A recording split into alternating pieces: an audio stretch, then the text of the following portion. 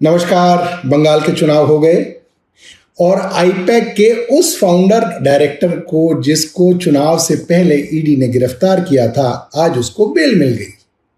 और बेल भी lower court से, जो कि मैंने कभी नहीं सुना कि ईडी की बेल लोअर कोर्ट से मिल जाए।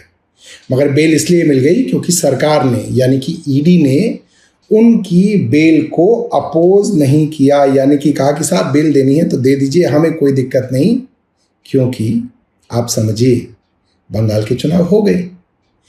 आईपैक जो पिछले कई वर्षों से बंगाल के चुनावों के लिए ममता बनर्जी की पार्टी तृणमूल कांग्रेस को तैयारी करा रही थी, जिनके पास सारी स्ट्रैटेजी थी, जिनके पास सारी प्लानिंग थी, जिनके पास एक एक कैंडिडेट के प्रोफाइल थे, एक एक कॉन्स्टिट्यूएंसी में कैसे जीतेंगे उसके लिए व्यू रचना थी, उसके ऊपर चुनाव से कुछ दिनों पहले छापा मारा जाता है, ऑफिसों में छापा मारा जाता है, उनके फाउंडर और डायरेक्टर को गिरफ्तार कर लिया जाता है ईडी द्वारा, और लोगों को भी पूछताछ के लिए बुलाया जाता है।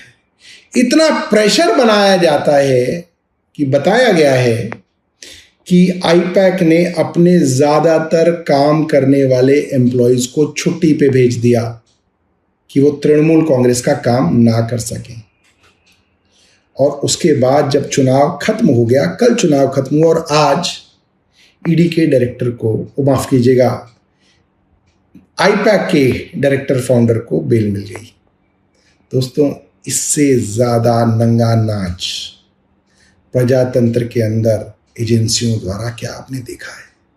इलेक्शन कमीशन ने क्या किया आप सब लोगों ने देखा, ईडी ने क्या किया आप सब लोगों ने देखा, केंद्र सरकार ने किस तरीके से केंद्रीय सुरक्षा बलों को वहां पे झोंका, वो आप सब लोगों ने देखा। मैं भारतीय जनता पार्टी के समर्थकों को, आरएसएस के समर्थकों से पूछना चाहता हूं, क्या इस तरीके से चुनाव जीतेंगे? अगर इस तरीके से आप थोड़ी बहुत सीटें बंगाल में बढ़ा भी लेंगे तो क्या ये पार्टी बनाई आपने इतने सालों का संघर्ष करके? ऐसी पार्टी जो एक चुनाव में सीट बढ़ाने के लिए कुछ भी करने के लिए तैयार है। क्या बचा? इतनी बेशर्मी, इतनी नंगाई, पार्टी विद अ डिफरेंस, क्या बचा? सोचिए।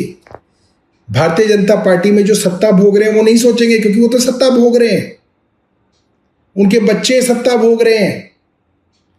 आप लोग जो वर्षों से भारतीय जनता पार्टी के लिए दरी बिछा रहे थे, लड़ रहे थे, आरडब्ल्यू में गालियां दे रहे थे, रोज सुबह सुबह मॉर्निंग वॉक पे लोगों से कहते थे नहीं हम देशभक्त हैं, क्या बनाया आपने और क्या मिला आपको?